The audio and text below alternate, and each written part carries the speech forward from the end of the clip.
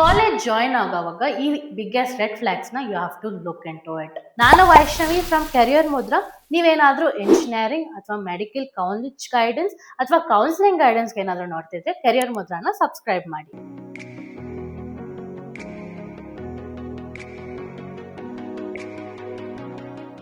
So first biggest red flag ಬಂದು placement mirage. So almost ಎಲ್ಲ college brochures ಅಲ್ಲಿ 100% placement ಅಂತ ಮೆನ್ಷನ್ ಮಾಡಿರ್ತಾರೆ. ಬಟ್ ನಿಮ್ಗೆ ಒಂದು ಕ್ವಶನ್, 100% ಟು ಹೋಮ್ ಅಂತ. ಸೊ ಕೆಲವೊಮ್ಮೆ ಕಾಲೇಜ್ ಪ್ಲೇಸ್ಮೆಂಟ್ಸ್ ಅಲ್ಲಿ ನಿಮ್ಗೆ 8.5 CGPA ಇರಬೇಕು, ನೋ ಆಕ್ಟಿವ್ ಬ್ಯಾಕ್ಲಾಗ್ಸ್ ಇರಬಾರ್ದು, ಮತ್ತೆ ಅಟೆಂಡೆನ್ಸ್ ಕ್ರೈಟೀರಿಯಾ ಎಲ್ಲ ಇರಬೇಕು ಅಂತ ಈ ಕಂಡೀಷನ್ಸ್ ಹಾಕಿರ್ತಾರೆ. ಸೊ ಫಾರ್ ಎಕ್ಸಾಂಪಲ್ ಬ್ಯಾಚ್ ಅಲ್ಲಿ 500 ಸ್ಟೂಡೆಂಟ್ಸ್ ಇದ್ದಾರೆ ಅನ್ಕೊಳ್ಳಿ, ಅದರಲ್ಲಿ ಬರೀ 250 ಸ್ಟೂಡೆಂಟ್ಸ್ ಮಾತ್ರ ಎಲಿಜಿಬಿಲಿಟಿ ಇರ್ತಾರೆ. ಸೊ ಈ 250 ಸ್ಟೂಡೆಂಟ್ಸ್ಗೆ 100% ಪ್ಲೇಸ್ಮೆಂಟ್ ಸಿಗುತ್ತೆ ಅಂತ ಅಡ್ವರ್ಟೈಸ್ ಮಾಡ್ತಾರೆ. ಸೊ ಅದಕ್ಕೆ ಕಾಲೇಜ್ ಜಾಯಿನ್ ಆಗೋ ಮುಂಚೆ ಆಲ್ವೇಸ್ ಆಸ್ಕ್ ಟೋಟಲ್ ಇಂಟೇಕ್ ಎಷ್ಟಿರುತ್ತೆ, ಪ್ಲೇಸ್ಮೆಂಟ್ಸ್ಗೆ ಎಲಿಜಿಬಿಲಿಟಿ ಸ್ಟೂಡೆಂಟ್ಸ್ ಎಷ್ಟಿದ್ದಾರೆ, ಆಕ್ಚುಯಲ್ ಪ್ಲೇಸ್ ಆಗಿರೋ ಸ್ಟೂಡೆಂಟ್ಸ್ ಎಷ್ಟು, ಮತ್ತೆ ಬ್ರಾಂಚ್ ವೈಸ್ ಪ್ಲೇಸ್ಮೆಂಟ್ ಸ್ಟ್ಯಾಟಿಸ್ಟಿಕ್ಸ್ ಎಲ್ಲ ಕೇಳ್ಕೊಂಡು then go and report to the college or college research ಮಾಡುವಾಗ ಇದೆಲ್ಲ ಕಂಟಿನ್ಯೂ ನೋಡ್ಲೇಬೇಕು. ಸೊ ಪರ್ಸೆಂಟೇಜ್ ನೋಡಿ ಇಂಪ್ರೆಸ್ ಆಗಬೇಡಿ, ಕಂಪ್ಲೀಟ್ ಪ್ಲೇಸ್ಮೆಂಟ್ಸ್ ರೆಕಾರ್ಡ್ ನೋಡ್ಕೊಂಡು ಕಾಲೇಜ್ ಅಡ್ಮಿಷನ್ಸ್ ತಗೊಳ್ಬೇಕು. ಸೆಕೆಂಡ್ ಬಿಗ್ಗೆಸ್ಟ್ ರೆಡ್ ಫ್ಲಾಗ್ ಬಂದು misleading average package. Next biggest trap ಅಂತ ಹೇಳ್ಬೋದು.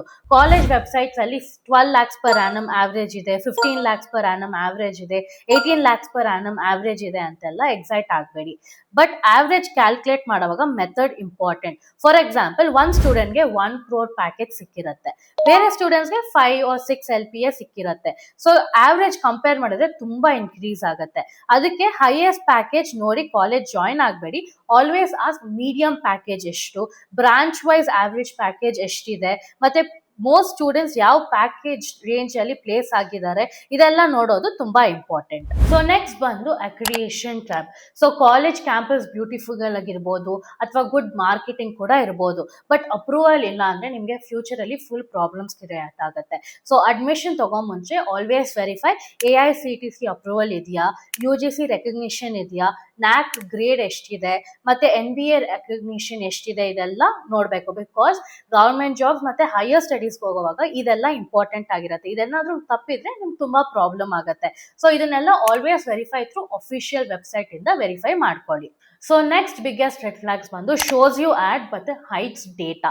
ಸೊ ನವಡೇಸ್ ಇನ್ಸ್ಟಾಗ್ರಾಮ್ ಓಪನ್ ಮಾಡಿದ್ರೆ ಕಾಲೇಜ್ ರೀಲ್ಸ್, ಯೂಟ್ಯೂಬ್ ಓಪನ್ ಮಾಡಿದ್ರೆ ಕಾಲೇಜ್ ಟೂರ್, ಮತ್ತೆ ಇನ್ಫ್ಲೂಯೆನ್ಸ್ ಕಾಲೇಜ್ ಪ್ರಮೋಟ್ ಮಾಡ್ತಾ ಇರ್ತಾರೆ. ಬಟ್ ಇಂಪಾರ್ಟೆಂಟ್ ಇನ್ಫಾರ್ಮೇಶನ್ ಏನ್ ಗೊತ್ತಾ, placements records, faculty qualifications, internship data, ಮತ್ತೆ ಬ್ರಾಂಚ್ ವೈಸ್ ಪ್ಲೇಸ್ಮೆಂಟ್ಸ್ ಹೆಂಗಿರುತ್ತೆ ಅಂತ ಇವೆಲ್ಲ ಈಸಿಯಾಗಿ ಸಿಗಲ್ಲ. So always ask for official reports and ಇದಕ್ಕೆಲ್ಲ ನೀವು ಅಫಿಷಿಯಲ್ ಕಾಲೇಜ್ ವೆಬ್ಸೈಟ್ಸ್ ಅಲ್ಲಿ ಹೋಗಿ ವೆರಿಫೈ ಮಾಡ್ಕೊಬಹುದು. So don't believe for advertisement, always go for a verification. So next biggest red flag ಬಂದು sales and marketing techniques. So admission season ಅಲ್ಲಿ ಸ್ಟೂಡೆಂಟ್ಸ್ಗೆ ತುಂಬಾ attractive ಆಫರ್ಸ್ಗಳು ಸಿಗುತ್ತೆ. For example official website fees ಗಿಂತನೂ ಕಡಿಮೆ ಮಾಡ್ಕೊಡ್ತೀವಿ, guarantee management fees, quota fees ಅಲ್ಲಿ ಅಡ್ಮಿಷನ್ ಮಾಡ್ಕೊಡ್ತೀವಿ, 100% ಅಡ್ಮಿಷನ್, ಇದೆಲ್ಲ ನಂಬ್ಕೊಂಡ್ಬೇಡಿ. ಎಲಿಜಿಬಿಲಿಟಿ ಇಲ್ಲ ಅಂದ್ರೆ ಯಾವ ಕೌನ್ಸಿಲರ್ನು ಗ್ಯಾರಂಟಿ ಕೊಡಕ್ ಆಗಲ್ಲ. ಸೊ ಅಫಿಷಿಯಲ್ ಯೂನಿವರ್ಸಿಟಿ ರೂಲ್ಸ್ ಏನಿದೆಯೋ ಅದೇ ಫೈನಲ್ ಆಗಿರುತ್ತೆ. ಸೊ ಅಡ್ಮಿಷನ್ ತಗೋ ಮುಂಚೆ ಅಫಿಷಿಯಲ್ ಫೀಸ್ ಸ್ಟ್ರಕ್ಚರ್ ನ ವೆರಿಫೈ ಮಾಡಿ, ಎಲಿಜಿಬಿಲಿಟಿ ವೆರಿಫೈ ಮಾಡಿ, ಮತ್ತೆ ರಿಟರ್ನ್ ಕನ್ಫರ್ಮೇಶನ್ ತಗೊಳ್ಳಿ. ಸೊ ವರ್ಬಲ್ ಪ್ರಾಮಿಸಸ್ ಮೇಲೆ ಕಂಪ್ಲೀಟ್ ಆಗಿ ಡಿಪೆಂಡ್ ಆಗಬೇಡಿ. So next biggest red flag ಬಂದು hidden cost spiral. So admission most students tuition fees ಮಾತ್ರ ಕ್ಯಾಲ್ಕುಲೇಟ್ ಮಾಡ್ತಾರೆ, ಬಟ್ ಆಕ್ಚುಯಲ್ ಎಕ್ಸ್ಪೆಂಡಿಚರ್ಸ್ ಅದಕ್ಕಿಂತ ಜಾಸ್ತಿ ಇರ್ಬೋದು. For example development fees, lab fees, exam fees, placement training fees, university charges, hostel, transport, ಇದೆಲ್ಲ ಬರುತ್ತೆ. So admission ಮುಂಚೆ complete 4 years fees structure ನ return documents ಅಲ್ಲಿ ತಗೊಳ್ಳಿ. ಸೊ ಲೇಟರ್ ಆಮೇಲೆ ಹಿಡನ್ ಚಾರ್ಜಸ್ ನೋಡಿ ಶಾಕ್ ಆಗಬೇಡಿ. So next biggest red flag ಬಂದು ಗೋಸ್ಟ್ ಅಲ್ಯುಮಿನೈ ನೆಟ್ವರ್ಕ್. ಕೆಲವೊಮ್ಮೆ ಕಾಲೇಜ್ ಸಕ್ಸಸ್ಫುಲ್ ಆಂಟರ್ಪ್ರಿನರ್ಸ್ ಅಥವಾ CEO ಫೋಟೋಸ್ ಯೂಸ್ ಮಾಡಿ ಅವರ್ ಅಲ್ಯುಮಿನೈ ಅಂತ ಇಂಡೈರೆಕ್ಟ್ ಆಗಿ ಇನ್ಸ್ಪಿರೇಷನ್ ಕ್ರಿಯೇಟ್ ಮಾಡ್ತಾರೆ. ಬಟ್ ರಿಯಾಲಿಟಿ ಏನ್ ಗೊತ್ತಾ, ಅವ್ರು ಆಕ್ಚುಯಲ್ ಅಲ್ಯುಮಿನೈ ಆಗಿರ್ಬೇಕು ಅಂತ ಅಲ್ಲ. Sometimes guest speakers, chief guest, honorary award recipients ಇವರೆಲ್ಲ ಆಗಿರ್ಬೋದು. ಮತ್ತೆ ಅದನ್ನ ಅಲ್ಯುಮಿನೈ ತರ ರೆಪ್ರೆಸೆಂಟ್ ಮಾಡ್ತಾರೆ.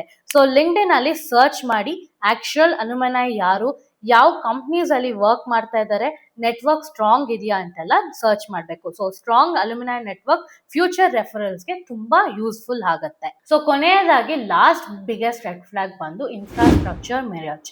ಸೊ ಇಲ್ಲಿ ಬ್ರೋಷರ್ಸ್ ಅಲ್ಲಿ 100 acres ಕ್ಯಾಂಪಸ್ ಇದೆ, luxurious buildings, world class lab, modern class rooms, everything looks amazing ಅಂತ ಅಡ್ವರ್ಟೈಸ್ ಮಾಡ್ತಾರೆ. ಬಟ್ ಆಕ್ಚುಯಲ್ ಕ್ಲಾಸ್ ರೂಮ್ಸ್ ಬೇರೆ ರೂಮ್ ಅಲ್ಲಿ ಇರಬಹುದು, ಲ್ಯಾಂಪ್ಸ್ ಕಂಪ್ಲೀಟ್ ಆಗಿ ಇರಬಹುದು, ಮತ್ತೆ ಫ್ಯಾಕಲ್ಟಿ ಬ್ರೋಷರ್ಸ್ ಅಲ್ಲಿ ತೋರಿಸಿರೋ ತರ ಯೂಸ್ ಮಾಡದೇನು ಇರಬಹುದು.